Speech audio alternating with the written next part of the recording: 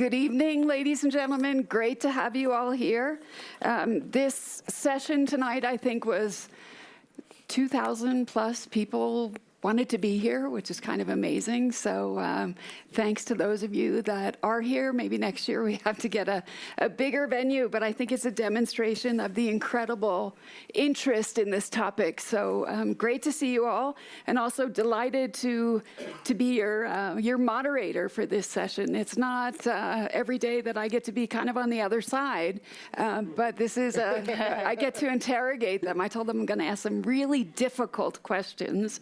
But it's incredible to be here with two amazing people that have a lot to say about artificial intelligence and how we can ensure that AI actually benefits humanity. So Fred gave some highlights about what's in this great report. I thought I would start with maybe picking up on three observations and read more if you're interested.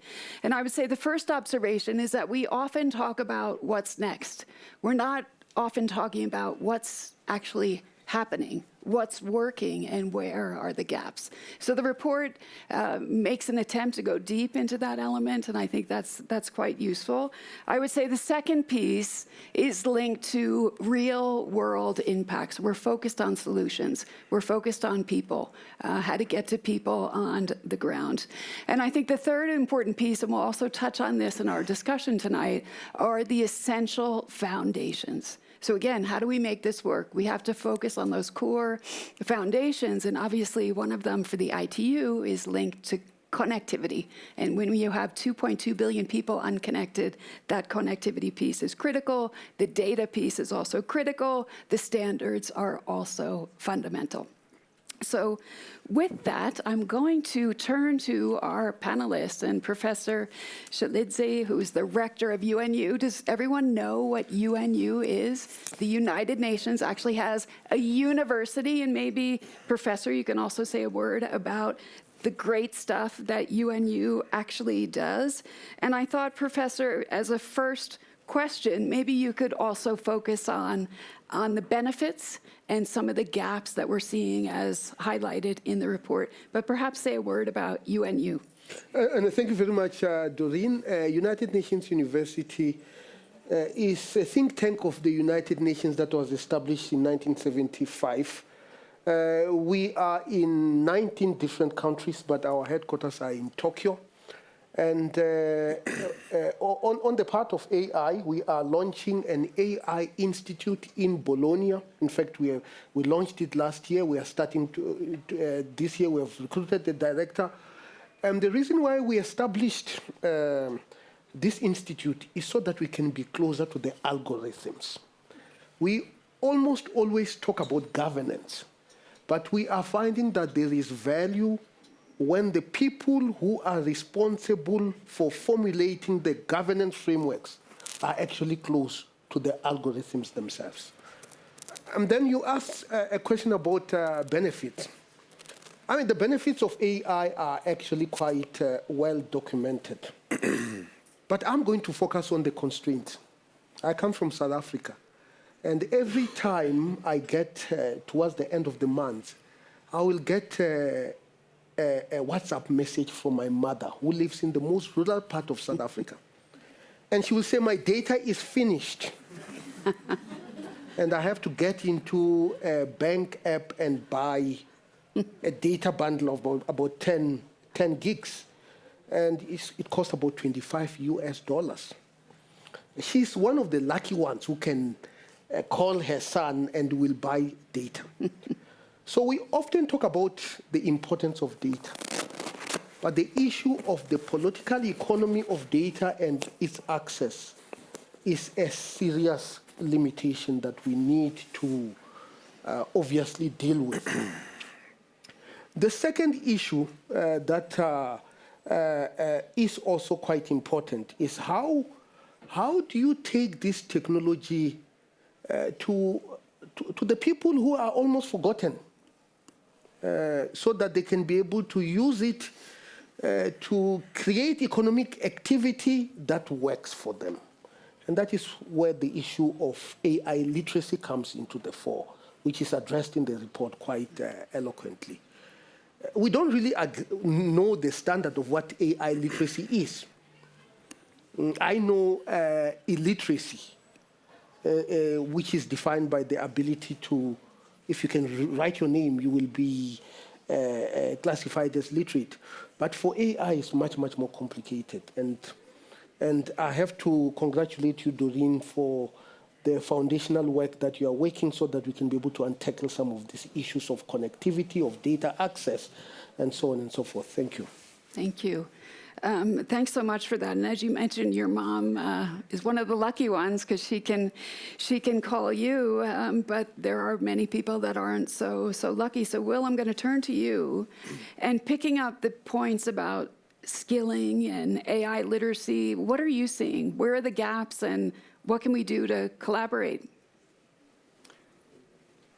The gaps in the States are, the obvious places are prepared and knowledgeable, but there's still a lot of folks that are not engaging and building with the technology. You could use the technology, the current technology, to solve problems. Also, a gap that people aren't focused on is builder versus consumer. There are lots of consumers of AI, and communities that can thrive should be builders, tuners, trainers of models, communities, tuning a model that's specific to the community's needs, because not every model is going to be sensitive, have empathy, understanding of the conditions of the community, specifically for that community to then solve their problems themselves and not wait for the Calgary, the way they used to go about solving problems. And that's the areas that I'm really excited to, scale across my partnership with LAUSD and with ASU, is to get folks involved at the core of AI to build, if not build solutions using open source models. So you've been, even with us, around a lot of AI and robotics initiatives and programs. You've seen things kind of firsthand, and you also have your new program and the course that you're focused on in terms of the agentic self. Maybe you could share with us, what are you seeing when people are exposed to those kinds of initiatives, or the students in your class? What kinds of changes are you seeing? And if you had a message also for some of the leaders in this room, what would you ask them to be doing? So my robotics program I started just almost 10 years ago now, with 65 students. And I started this program in like an inner city, in Boyle Heights, where I'm from, predominantly a Latino neighborhood. And the trajectory of the kids were, the usual in inner city, in and out of juvenile hall, adjacent to crime. And our program really transformed the fabric of our community. Since then, that 65 cohort has now grown throughout the greater Los Angeles with our partnership with LAUSD, serving 15,000 students with robotic skill sets. And our kids, and how attentive they are, excited they are, have stood the stigma that they won't last in a field like this. They've now went off to Dartmouth and Brown and Stanford and pursuing science, technology, engineering, mathematics degrees. And now I have my course called Agentic Self that combats what we're seeing to come to light is mass joblessness because of corporate letting go of humans and replacing them with agents. The way to combat that is for humans to build agents of their own. We partner with NVIDIA, and NVIDIA now has provided our students with personal GPUs, so they mint their agent on NVIDIA Thors, Sparks, or Jetsons.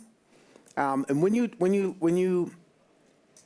you inspire, mentor, and teach a cohort of folks that there's another way of utilizing this technology, and that is to build your own agentic self, the biggest question to that is, like, who are you when you're going to build your agentic self? And how do you really marry your point of view with your point of interest and give the agent a lived experience? Because the agents that you're using, the AI that you're using, does not have a lived experience that really reflects yours. Eventually it will, but that means you are now a part of a company's data set when you're using these systems daily. That means your footprint is identical into somebody else's data center and configuration. Hence the reason why your agentic self should live on your own personal GPU at home. Wow. All right, so let's stick with this for a moment. And Professor, I'm going to come to you. And if we kind of go global and think about this whole agentic self and young people being inspired and empowered, tell us how you see we can actually create AI education pathways. And who do you think needs to be at the table? Well, I think everybody should be at the table. I think that is quite important. And when I say everybody, it's much more complicated than that, because everybody is not represented in English. Mm-hmm. I struggle with English. English is not my first language, not my second language, it's not even my third language. You know? So I have to be translating start with Venda, then Zulu, and so on and so forth. You know? So we need to make sure, and Will.i.am did allude to this, that we need to individualize AI so that it is able to understand the person. Mm-hmm. Coming from the African continent is not easy. Let's just look at language models. The African continent has over 2,000 languages. South Africa has 12 official languages. You just simply do not have sufficient data set to build models that are viable. There are all sorts of technical solutions, such as synthetic data. Well, maybe it can go a long way, but it's not the real thing. So we need to, some people are talking about transfer learning. They say these languages, some of them, you can cluster them, maybe you can, yeah. So the idea of creating the necessary infrastructure to ensure that AI is representative is very important. Now, let's just look at the application of AI to medicines, something that I have worked on. In fact, I have 5 patents in the subject. The data set, the disease profile data set, must come from the community to work efficiently. And if it comes from outside, then it is not as efficient and it can undermine human rights. And that is why all these systems, and there's a proliferation of these systems, and they have not been validated in many of the communities in which they are actually working. That is why the concept of governance is very important. Mm-hmm. And governance starts with educating the people who are formulating the governance with the requisite skills to be able to do that. Capacitating policymakers, and ITU does a fantastic job on that, and we hope to partner when you go to the African continent.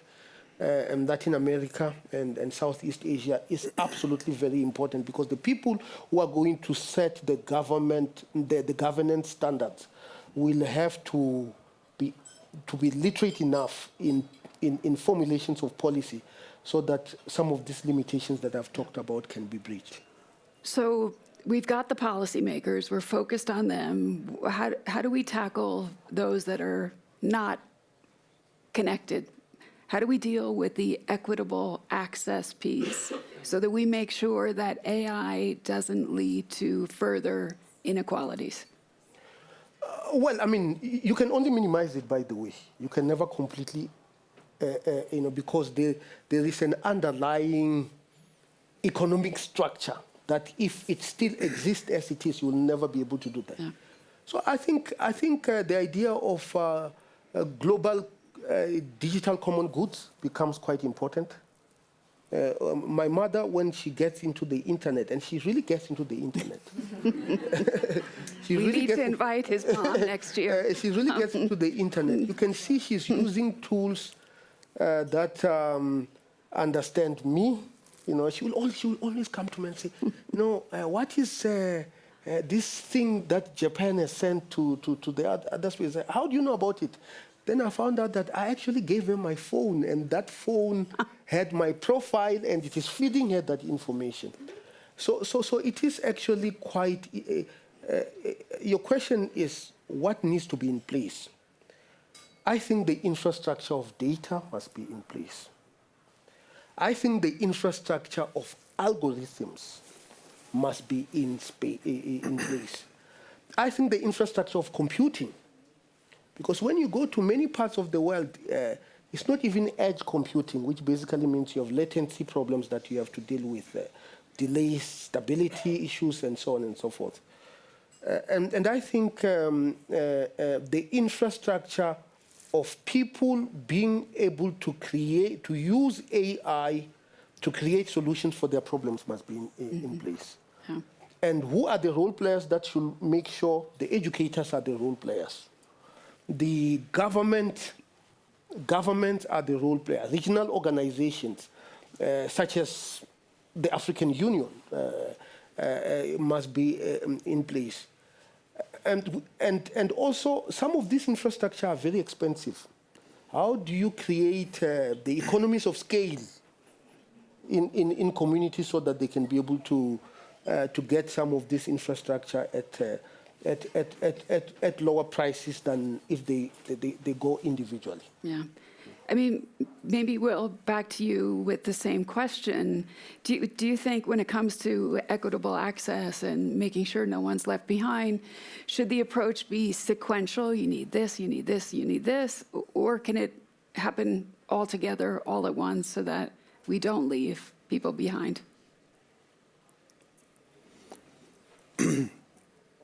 I want to answer that question from something that happened that was a blow to society, but how it also united society. And COVID really hit us hard.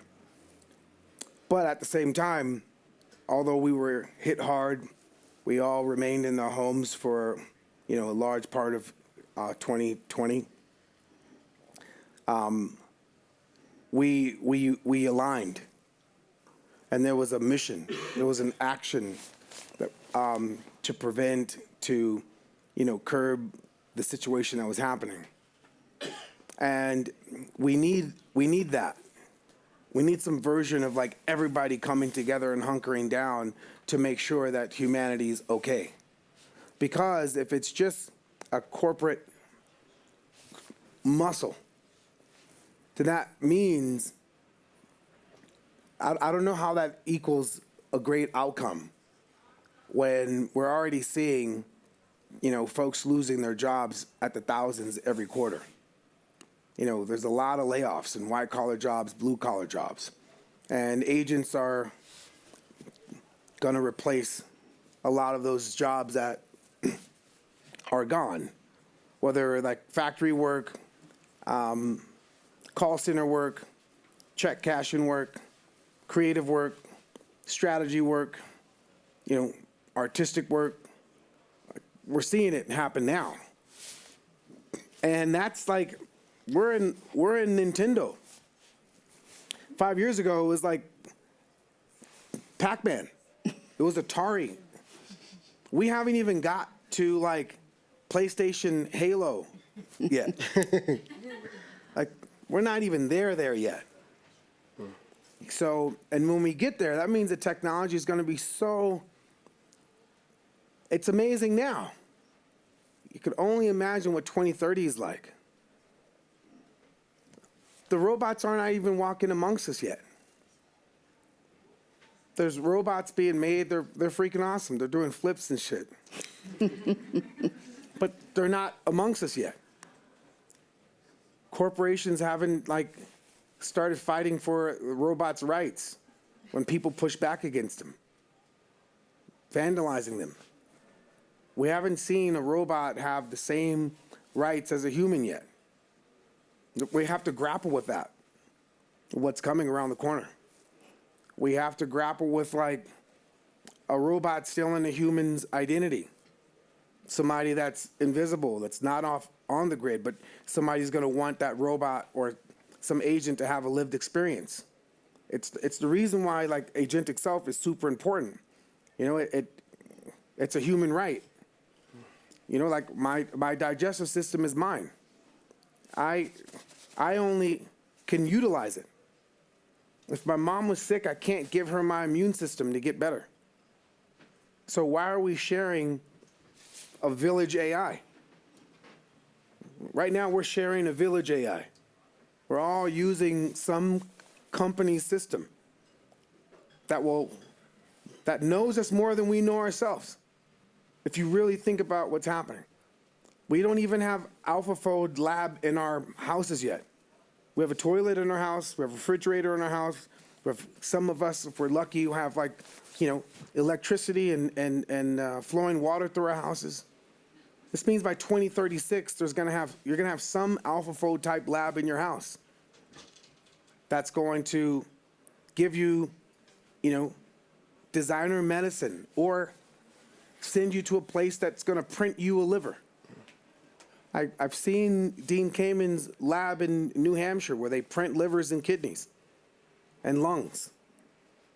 So for you to be able to have, access to that, you're gonna need to have your own data somewhere that's yours and secure. I got my money in the bank. I don't know where my data is being banked. Right now, we're still not there. If you think about how we're living now and how we're gonna live in 2036. If this was 2026, the idea of a credit card didn't exist. 2036, 2046, a credit card, some digit currency didn't exist. This is kind of new in the grand scheme of things. Digital currency. Alipay is kind of new. Apple Pay is kind of new. A company. Before American Pay, I don't know, think about it. I could Apple Pay and Google Pay before I could American Pay. Think about it. Mm-hmm. So in the world of agents and AIs that damn near can predict when you're gonna get sick, just like it could predict the next thing you're gonna say, and you're like, oh my gosh, Instagram's looking at me. Nope, they're predicting you. So we gotta hunker down like we did at COVID and get this one right. Because I don't know if it's, you can march all you want. So in 2046, it's not gonna mean nothing. So what skill set do we need? If we were at Pac-Man, we're now at Nintendo, we're going to PlayStation, what skill set do people need to be able to engage with these systems? First, forget the systems. We need an empathy, human to human skill set that we need to polish before we can even address that one, because we're leading with greed at the moment. And we're inhumane to humans on social media. We're inhumane, humans are inhumane to humans. And if these agents and robots are gonna learn from us, they're probably going to be like, it's okay to be inhumane to humans because humans are inhumane to humans. So before we even think about the system, we need to hunker down as humans and be better to one another. And nation to nation, city to city, neighbor to neighbor, both digitally, virtually, and physically in spaces. We need to do a better job at that because it's gonna, yeah, we got to do a better job at that. I hear you. I'm with you. Professor, what are your thoughts, the skills for the future? Well, I mean, I think, firstly, I mean, I keep on hearing the issue that robots are going to take away jobs. And when I hear that and I do the analysis, what is going to happen? You are going to have very few physical humans without disposable income. And if you have that, then the aggregate demand is going to go down. Now, what will be the incentive for production? So we need the skills to be able to understand the economy that is emerging. That is very, very important. And secondly, and Will has just mentioned it, the human dimension. Wars are caused by humans. Mm-hmm. Hunger is caused by humans. We simply have everything to be able to feed, enough knowledge to be able to feed everybody. Now, if you are going to have a crisis in the economy, and then you still have this human who is still vested in the principle of maximizing profit, then what is going to suffer is peace and security. So the skills to be able to navigate that environment is absolutely very, very important. And then, of course, this economy that is emerging requires people to build things. And of course, the universities must adapt so that the idea of small-scale manufacturing that can happen in villages to individualize production should come into the fore. So those are some of the skills that I think are important. But I think the most important thing is to sort out the human dimension. Humans with empathy. Awesome. Well, thank you so much. Before we wrap up this extraordinary panel discussion, and I thank you both, I want to invite a friend and colleague, Bolor, who's going to be for the next part. But Bolor, just join us for a moment and tell us about what you're doing with your AI Asian Academy. Thank you. Pleasure to be here. And I just want to quote Doreen from the AI for Good Summit back in July, where you talked about 2.6 billion people who are completely offline. And again, as Will said, we're not there yet, but we're leaving behind 33% of the world's population. So basically what we're working on is AI education across developing countries. I'm from Mongolia. For those who haven't been to Mongolia, I highly recommend that. And Mongolia is sandwiched between Russia and China. I come from a nomadic family myself.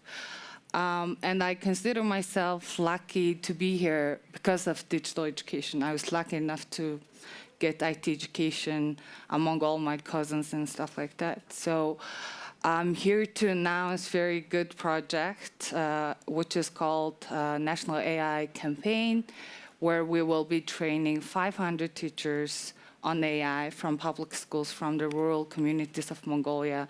And they are teaching 10,000 kids this year only. We did that project last year. Now 10,000 kids are getting basic AI education. And this year we're doing that with Qalant Bank and UNICEF Mongolia.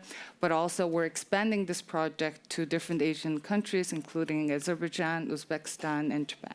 So Bolor, you told me your life story. And it's actually a very interesting and inspiring personal journey. Can you please explain to the audience, how do you go from a young girl in rural Mongolia, I believe you were involved in farming and herding, and end up being the CEO of AI Academy Asia? I want to know. Thank you, and sorry for taking more time to keep you guys here. So I'm from Mongolia. I was born in a small town called Bulgan. and I skipped a few years in my middle school and high school just because I hated school. So I thought the solution would be to study hard and finish that earlier. So I finished my high school when I was 14, finished my college when I was 18, and since then been working more or less on policy, technology, and education. I think I would say I was very lucky, but the key would be I got to learn technology, computer science, not as a major, but got interested in that. So the reason we do a lot of girls coding, National AI Campaign, AI for Women, different projects is to promote technology to people who are living in the remote communities of Mongolia. And I guess your focus has been on, helping girls, especially in the more underserved parts of Mongolia, to acquire coding skills and AI skills. So what inspired you to go down that journey? And also, what are some success stories and lessons learned that people could actually learn from you? So we started girls coding back in 2020. So far, we've trained 350 girls.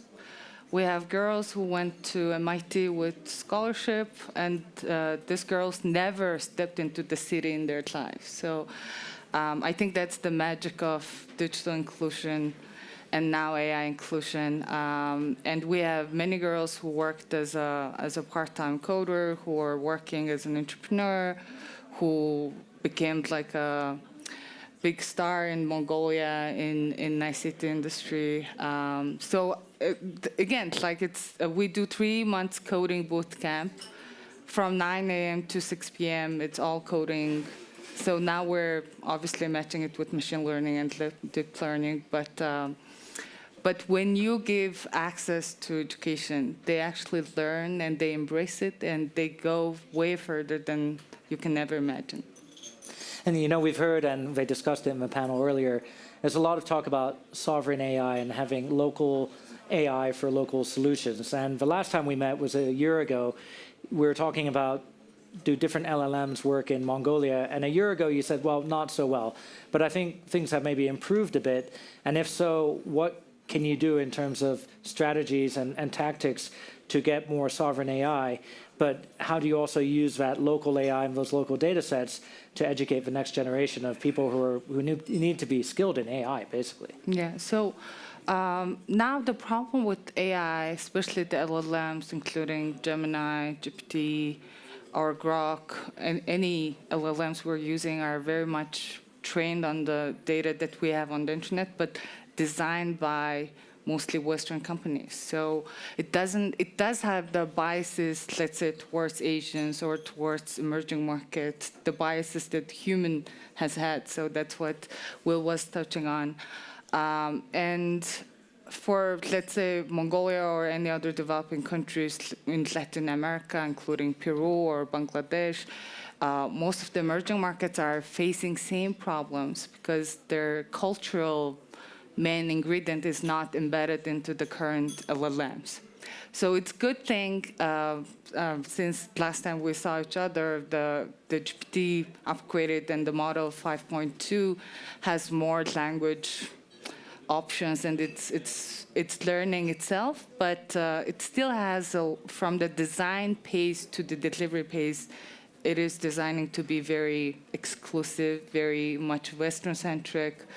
And that's where the sovereign AI comes in. So AI, now the point I want to raise is that the technology should not be evaluated by its advancement. It should be evaluated by its impact. And that's very much what AI Skills Coalition has been focusing on, to deliver and embrace the cultural differences, embrace the diversity in AI. The reason why this is a good moment is a lot of sovereign AIs around the world are starting to get developed. A lot of people are starting to get education. So this is the moment we need to talk about this and embed that diversity into the design. Yeah, I fully agree. And little story. So before the new year, we were in Johannesburg wherever Rector is actually from. We were hosting AI for Good Impact in Africa, and there we had a big focus on the Skills Coalition. And I was talking to a gentleman called Lucky, and he's writing about a book on using AI in the townships in South Africa. And I asked him a question. I'm like, well, Lucky, how many people, what percentage of people in the townships have a mobile phone that would probably have access to ChatGPT or what have you? He said, about 80%. And then we started, thinking and talking, and we're like, just because they have access to 5G and an LLM, it doesn't mean they have the skills, knowledge, understanding of how to use it in a safe, productive, inclusive, ethical way. So you can't take it for granted that they would create new businesses or solve local challenges or build collaboration or maybe just generate cat videos, right? So how do you, if you're involved in training young people and upskilling them, how do you not only have that sovereign AI, so making sure that the knowledge is based on something useful to them, but also that they use it in a useful way, and it's instead of using AI as a crutch, they're actually using it for creativity and to build? That's a good question. And again, the answer would be AI education. They need to have how the algorithms run in the system, and they need to see this as a tool, not as a decision maker of their lives. So we have a lot of issues around AI, ethical use of AI, AI safety and security. And the best solution is the long-term solution that we need to educate girls and boys, especially those who do not have access to good education, on the algorithms, on the machine learning, deep learning, even robotics, and they will take it to the next level. So the reason that many communities do not have access to AI, it is kind of expanding the inequality gap, and that's the concern that we need to have. But we can use AI as an enabler to close at least narrow down the inequality in the world. I mean, earlier today, we were having a coffee, and you told me about how you're using basically an AI tutor to bridge that gap. Can you tell us a bit more about that? Yeah, so at AI Academy Asia, we are working on a project. It's a dual platform. We have AI tutor, which will be helping kids study, and we have AI teacher's assistant. So it's a dual platform. The idea is that we want to deliver best education to the most remote community in the middle of nowhere, in a yurt in Mongolia or Kazakhstan or anywhere else. And why it's important? Because the data is the government-approved training materials. It's the school-approved curriculum. So the data is the accredited data. So that's the benefit of that. Regarding teachers, there's most of the countries around the world, I think almost 50% of the world, 50% of the countries in the world lack teachers, especially high-skilled teachers. So we want to use AI assistant to help teachers pressure so they can, or workload so they can have more high-quality teaching to kids. Yeah, I mean, that's amazing. And I think AI can really help to bridge the gap.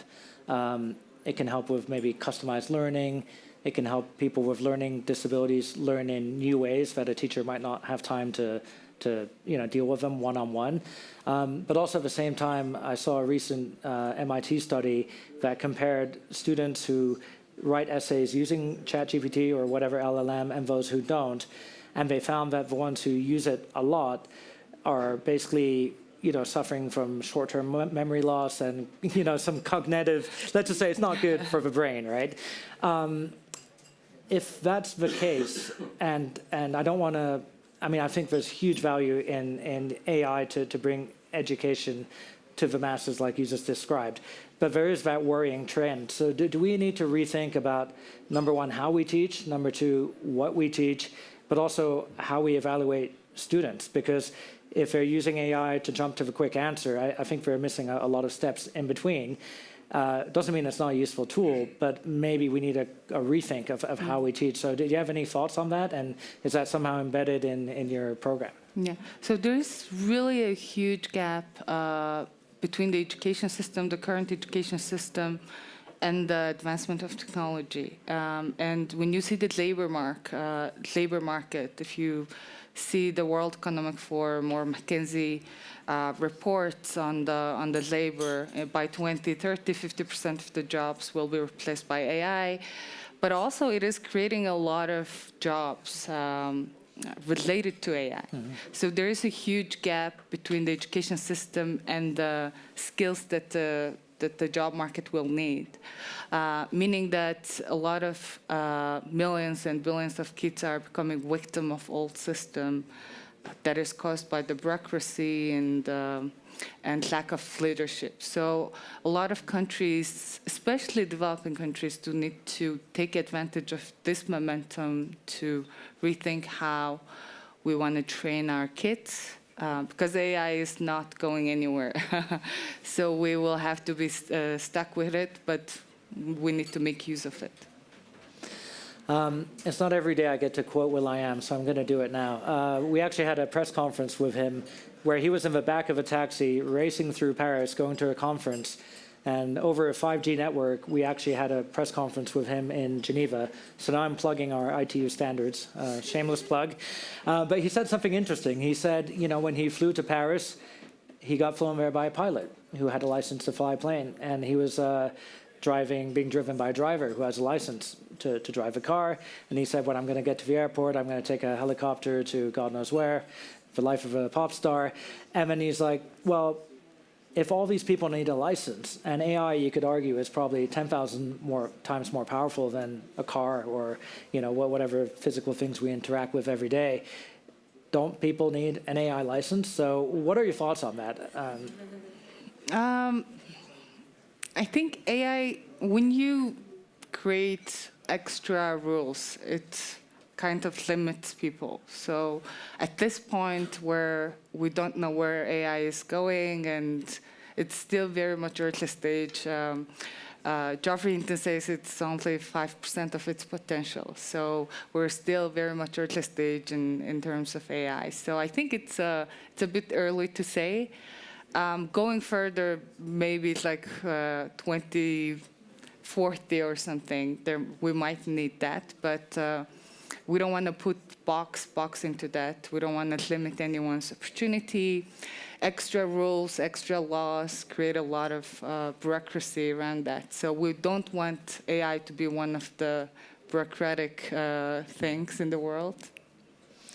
Okay, no, I agree with that. It was just more of a provocative question. Maybe another one is actually, at least in many parts of the world, or let me put it the other way around. You're seeing more and more young people actually going to AI for advice. Maybe traditionally you would have asked your grandfather or the village elder or even the barber or the bartender. There's this kind of culture of human to human asking for advice. But if you see young people more and more actually going towards AI companionship and using AI for psychotherapy, advice, dating advice, what have you, it is a trend. Do you think we might be seeing the last generation of people who are going to go to their elders for advice? And if so, what can we do in terms of AI skills literacy and education to make sure that that's not lost? Because if, let's say, 10 years from now, all teenagers would just talk to an AI for advice, well, what do you need the uncle and the bartender and the village elder for, right? How can we make sure that doesn't happen? I think people will still find a way to to lecture their young generation, like it or not. But I would say this. We need to remind young people that AI is a technology, AI is a tool. AI is not the decision maker of your life. So currently we witness, unfortunately, a lot of sad cases where teenagers especially used AI for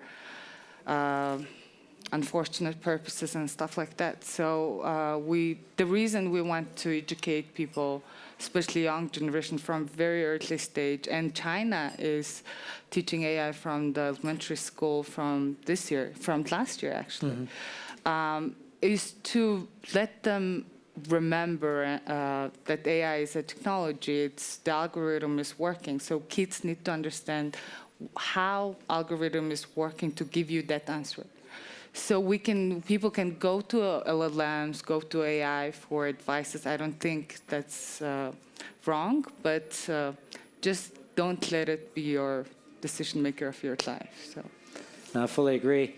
And with that, I just want to remind people that the AI for Good Global Summit will be the 7th to the 10th of July. Everyone's invited. The AI Skills Coalition will be a key theme of the summit. We now have over 60 partners, close to 200 online learning courses in over 10 languages. But honestly, that's just a drop in the bucket. So we are looking for many more partners to come on board, and there will be a Skills Partner Coalition meeting. So if you're interested, you can approach myself. I have a couple of colleagues here, maybe raise their hands, Senya, Guillaume, and Vijay. You'll find them at the reception, don't worry. Also, just want to say that the call for speakers opened last week, and it's open until March 15th. So if you want to speak, or you want to propose a session, or you want to support somehow, please go to our website and fill in the form. But before closing, Bolor, do you have any final words or announcements you'd like to make? No, I think I announced enough. So. I think Bolor is hungry, and so am I. So. Yes. Okay. But I will say this. I spoke at AI for Good Summit last year. It was amazing. So I highly recommend everyone to make the trip to Geneva. And yeah. Okay. Well, thanks so much for your insights. And with that, maybe a round of applause for Bolor.